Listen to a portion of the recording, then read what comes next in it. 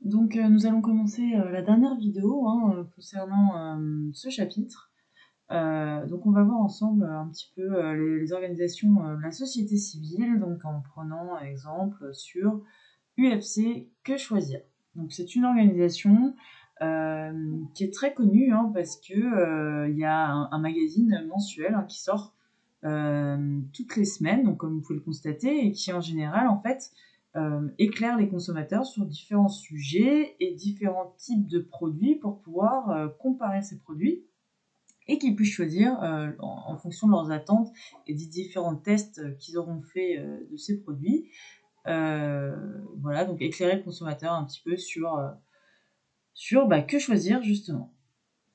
Donc ce que vous devez faire, c'est savoir faire, c'est à la fin de ce chapitre, identifier les critères et les spécificités des organisations de la société civile et caractériser les organisations de la société civile. Donc là, vous aviez la situation, donc André Romieux, donc, qui est le fondateur donc, de l'Union fédérale de la consommation. La fédération regroupe des associations qui sont locales et les missions principales, donc ça va être informer, conseiller, défendre les intérêts des consommateurs. Donc vous voyez, ils font des tests comparatifs et des enquêtes. Et ils sont un peu spécialistes de révélations, de scandales, notamment sur les perturbateurs endocriniens, c'est-à-dire des aliments ou voilà, donc ici des produits d'hygiène qui pourraient perturber donc, le corps, etc. Et, et donc voilà, ils font un certain nombre d'essais cliniques dans des laboratoires pour pouvoir éclairer le consommateur sur ces problèmes. Et voilà, donc ils font souvent des dossiers d'investigation, des analyses et d'autres articles pour mettre en lumière des problèmes ou comparer tout simplement des produits, leur qualité, leur prix, à quoi ils servent, où on peut les trouver et quelles sont les spécificités de ceux-ci. Donc vous aviez un polycopier à votre disposition.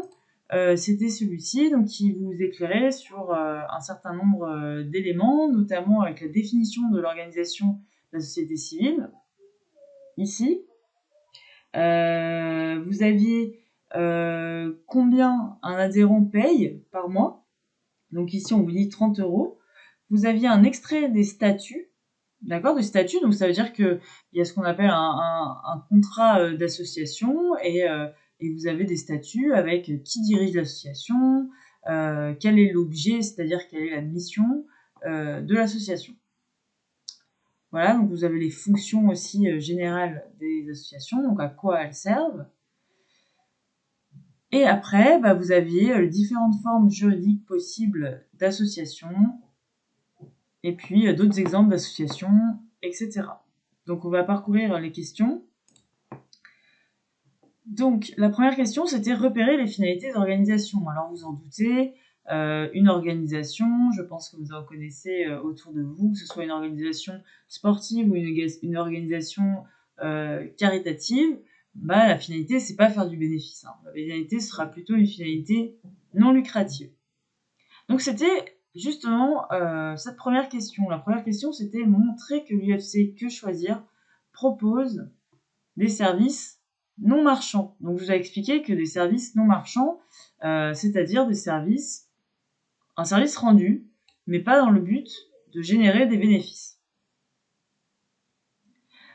Donc nous avons donc l'expression, le verbe directeur montré. Donc il faut encore une fois appliquer la méthode AEI. Donc j'affirme, j'explique, j'illustre. Donc ici, il faut affirmer que UFC, Que Choisir, propose des services non marchands. Pourquoi ils sont considérés comme non marchands? Parce que UFC Que Choisir a un but non lucratif. Et si UFC réalise des bénéfices, ils seront réutilisés pour assurer les services d'association. Ils ne doivent pas être versés aux dirigeants comme dans une entreprise privée. Et enfin, vous illustrez, son objectif premier, c'est pas faire du profit, elle rend des services destinés à satisfaire ses adhérents ou informer la population. D'accord? Et la cotisation n'est que de 30 euros Donc en fait, ça illustre bien que finalement, 30 € par rapport au service rendu, c'est pas grand-chose, hein, et donc le but de l'association n'est pas de s'enrichir. Présenter l'objet de l'UFC Que Choisir, quelle fonction remplit-il?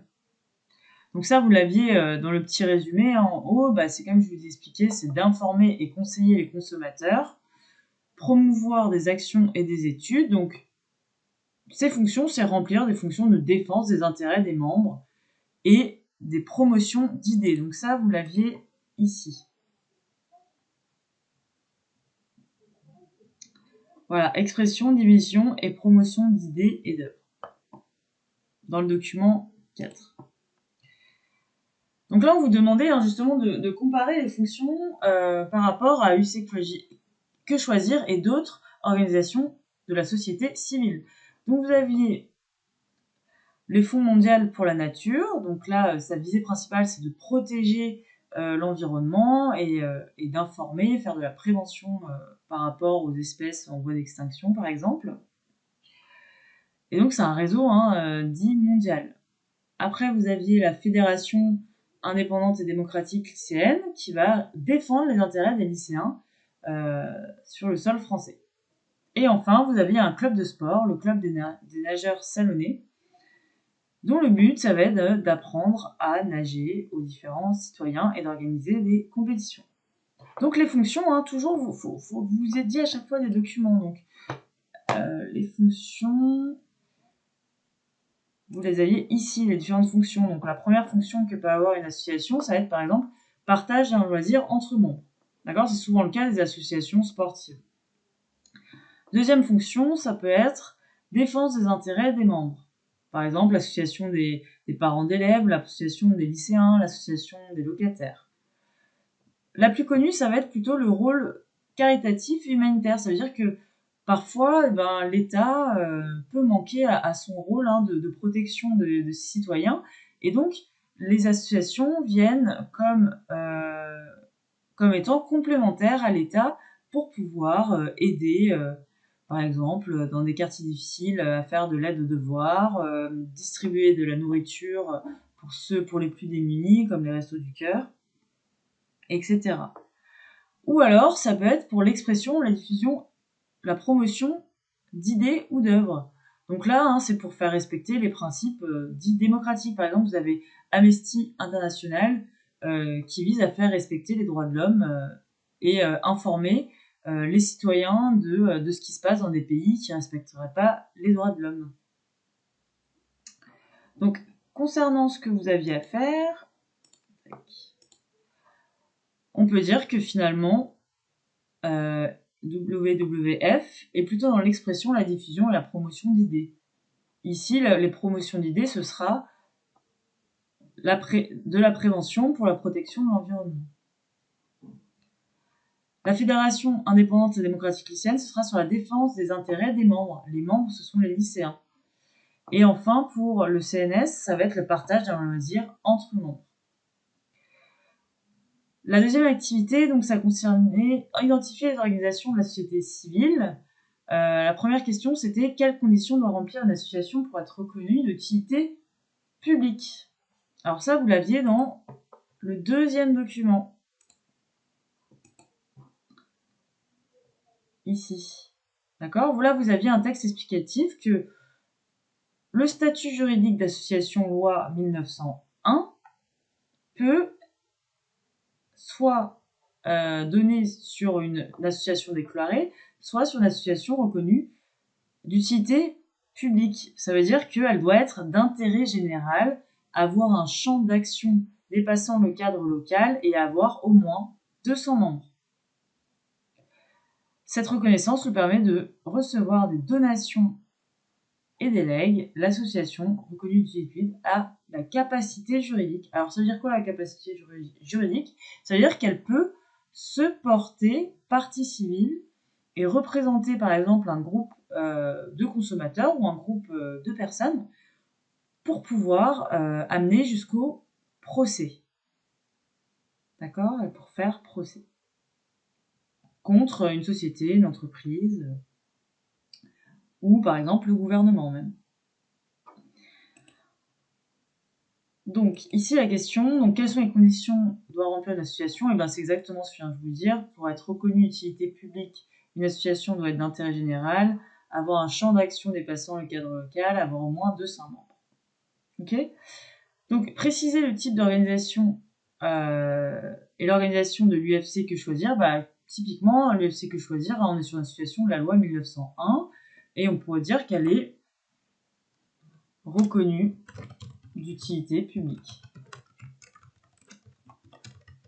D'accord? Puisque elle comporte plus de 200 membres et elle vient aider à éclairer les consommateurs sur différents produits.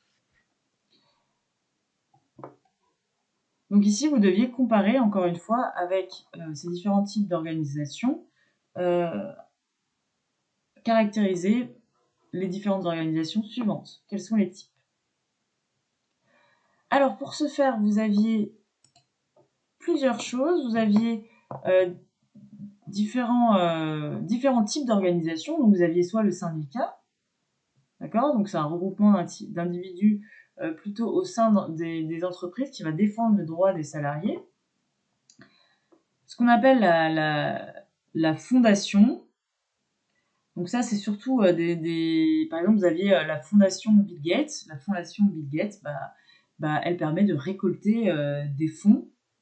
Okay, c'est une société dont la visée est d'utilité publique et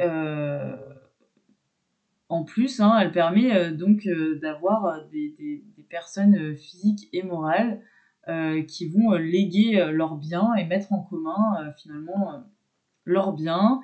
Et ça agit vraiment comme une société avec un statut juridique. Et vous avez l'organisation non gouvernementale qui sont indépendantes des États avec un champ d'action international. Donc ça, c'est typiquement Greenpeace, Handicap International, mais aussi par exemple les Restos du Cœur. Donc, par rapport à WWF, ça c'est ce qu'on appelle une organisation non gouvernementale. Sa forme juridique, c'est celle d'une fondation. Okay, donc le champ est d'action internationale. La fondation des lycéens, c'est un syndicat parce qu'il défend les intérêts des lycéens. Ok. Et la CNS, c'est une association de la loi 1901 qui sera déclarée et elle reçoit des cotisations de ses adhérents.